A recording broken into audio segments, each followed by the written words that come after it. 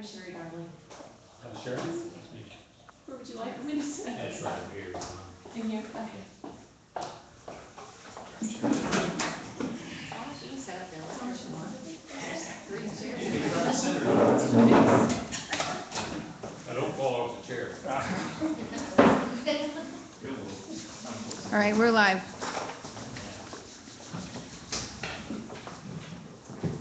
Okay, the members have to take an oath and put in your name.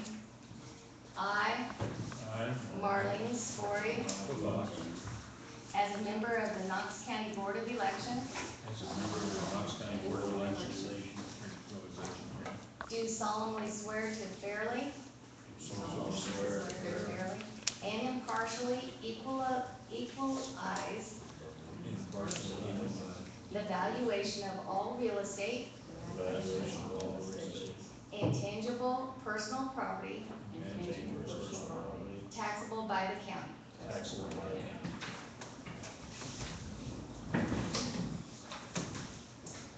We have one case on our docket. It is the Knox County Community Center, address 207 North 4th Street, Edina, Missouri 63537.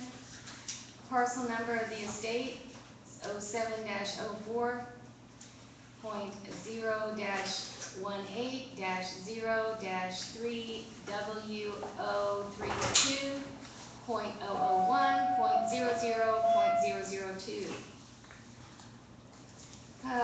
Let's see, it's commercial.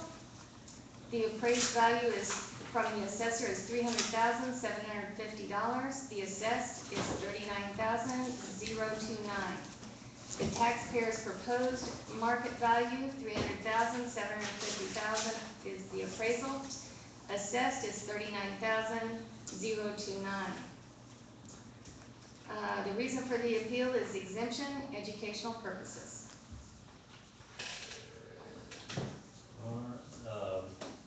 What you have the floor? Thank you, may I please the board? I'm here representing the Knox County Community Center. As stated correctly, is we're not here to appeal the actual assessment amount. We're here simply to appeal under the property assessment appeal form. The reason for the appeal is the exemption, and we believe that the property should be tax exempt for educational purposes. The Knox County Community Center has the burden of proving that it is to be tax exempt, and the burden that we have to present is substantial evidence to rebut the presumption and show that the property falls within an exempted class under provisions of section 137-100, and that's under the Missouri statute. And I provided the documents, and does the board have a copy of all the documents that I provided? So,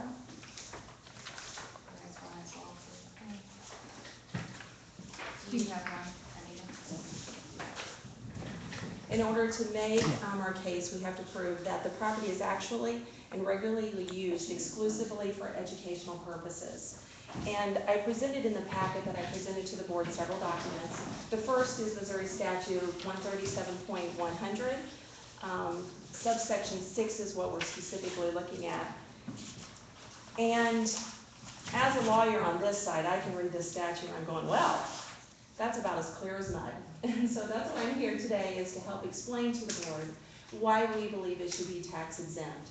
And essentially a lot of the understanding under this statute that we believe allows us to be tax exempt comes from the case law. And I presented some case law also to the board, not necessarily because it's a completely on point case, because it lays out the test for the board to essentially make a determination if the property should be considered tax exempt or not. So really I'm just trying to help give a better understanding as to what in the world this language means, because it's really, in my mind, as clear as mud. and that's what our case law is essentially here for. And the State Tax Commission essentially was said that each case is on a case-by-case basis, and you have to look at the specifics because of it. And so if you look at section 137-100, specifically subsection 5, and I'll read it. It says, all property real and personally, actually and regularly used exclusively for religious worship, for schools and colleges, or for